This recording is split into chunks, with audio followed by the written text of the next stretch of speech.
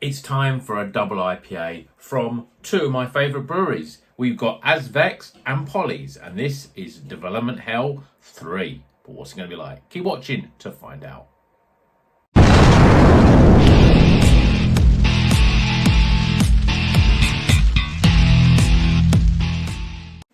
Welcome back to Rocker's Beer Review. Today we're going to this Azvex and also in conjunction with Polly's, little Polly's logos there, but obviously it's mainly led by Azvex. And this is Development Hell number 3. Don't know what Development Hell 1 and 2 were, but it's a double IPA, 8%.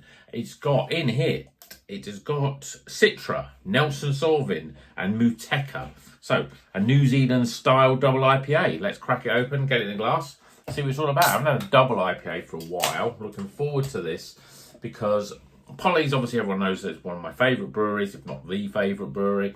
And Azvex, I've drank quite a lot of them. I think mainly because Prost gets lots of them in. Prost Bottle Shop that I buy a lot of my beers locally from now.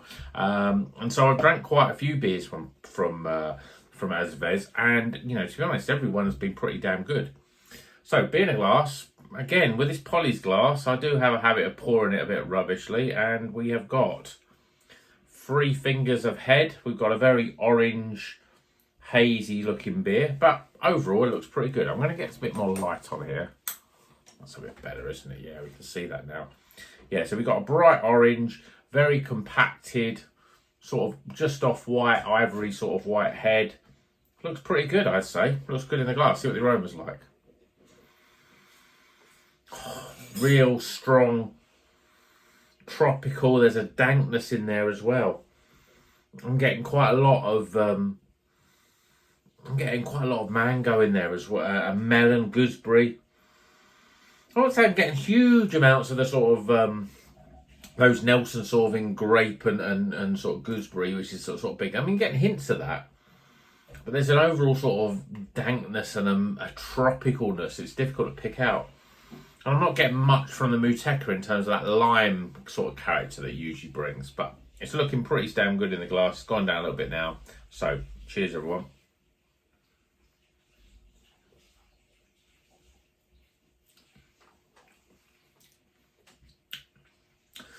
Lovely, velvety, creamy almost body.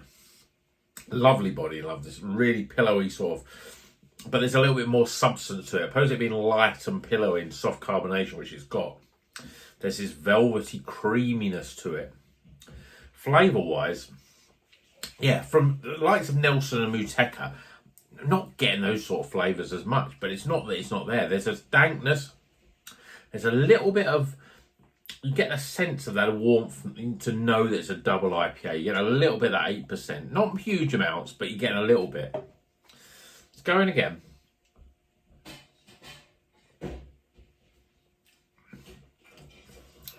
Oh, it's smooth. And the flavour just sort of clings to the, you know, your taste buds and just sort of doesn't want to let go. It's really difficult to describe it though. I'm getting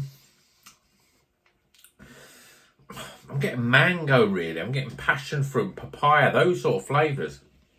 There's elements very much in the background of the Nelson Sauvin, and much more of a subtleness of a little bit of melon and a little bit of gooseberry. Not really picking up the white grape. There's a little zest in there. There's not really any bitterness. I'm not getting grapefruit. I'm getting probably hints of lime, but I think it's the mouthfeel just sort of almost alters the flavour of this beer.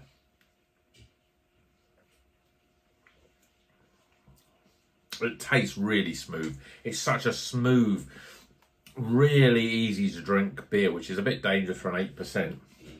I'm going to put it up and then keep pouring it out here because I just want to drink more of it. The star of this again is, you know, the mouthfeel. It's not just soft, it's creamy, which I think is really just elevates the beer to another level. I would say that the flavours are a little muddled, which I'm surprised. I'm not. It's sort of, to some extent, in a good way, because sometimes Nelson Sauvin dominates beer. Muteca can just give so much lime, it just slices through any other flavour. But they're much more in the background. We've got Citra in here as well, but You know, it almost, did I say, I don't think I said mosaic, but it's almost got that sort of, no, there's no mosaic in it, but it's almost got that sort of dankness and that sort of, that berry sort of flavour in there as well. It's a really, really good beer, but it's a difficult one to really sort of describe. Just take it from me, it's a very good beer. And I think as soon as you put it to your mouth and you taste those first few mouthfuls,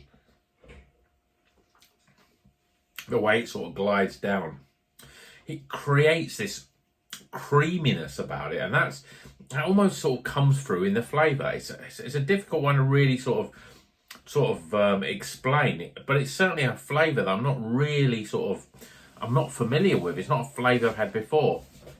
You're not getting big hits of Nelson and Muteca. They're very much in the background. What you get is a big sort of tropical mixture of mango and passion fruit, papaya. There's something else in there. Quite sure what it is though, but not really get much on the grapefruit side. I think it's melon. I think melon is a big flavour here. It's just sort of that honeydew melon, and it gives that sweetness, almost like a honey flavour. Yeah, it's a good beer, and I think it's another cracking beer from Azvex. And, you know, obviously Polly's as well are involved in this.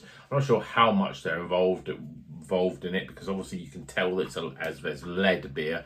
But it's a really good beer. So, development hell free.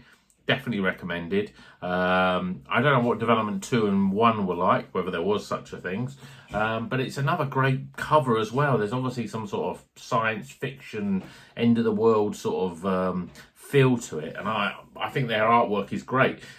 Azvex, you know, they're leading the way, I think, in new breweries.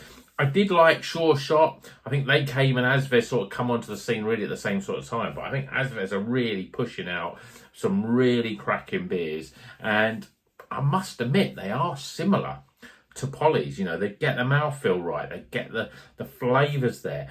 There's certainly a sort of a very similar sort of brew process, in my opinion. But Azvex have got a tap room in Liverpool. I've got to go there. It just is these are really good beers. So I've whittled on enough. This is a double IPA. It's called Development Hell Free. It's definitely worth your time and your money. So give it a go. Let's get some scores.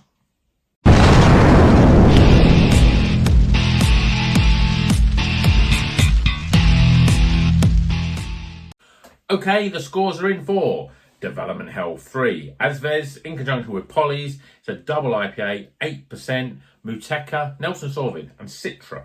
But doesn't really give those flavours that you'd expect from those sort of hops, which is unusual, I suppose, with New Zealand hops dominating flavour. But it's one of those sort of beers that it doesn't, but it's probably better for it. So let's go through the scores, starting with aroma, appearance, flavour, value for money, overall experience, and that gives a total score. It's just dipped into the highly recommended. It's an Iron Maiden beer, the heaviest of heavy metal. Score off. Yeah, definitely give it a go. If you're worried about double IPAs and think, oh, 8%, that's a little bit strong. Actually, the more I drink it, the more I think, well, actually, it just gives more flavour, gives more body. And there was a little bit of warmth, but I got used to it quite quickly. So definitely worth having double IPAs. Don't feel that an 8% is going to be out of your range. I mean, I always, every time I have a double IPA, I always think, it's a strong one. It's going to be a bit too powerful, but you get so much flavour for it. And it's definitely worth it. So that's enough for me today. Hope you enjoyed this review. Please give it a thumbs up if you like it. If you're not a subscriber, please subscribe, and we'll see you in the next one. Until then, keep on rocking.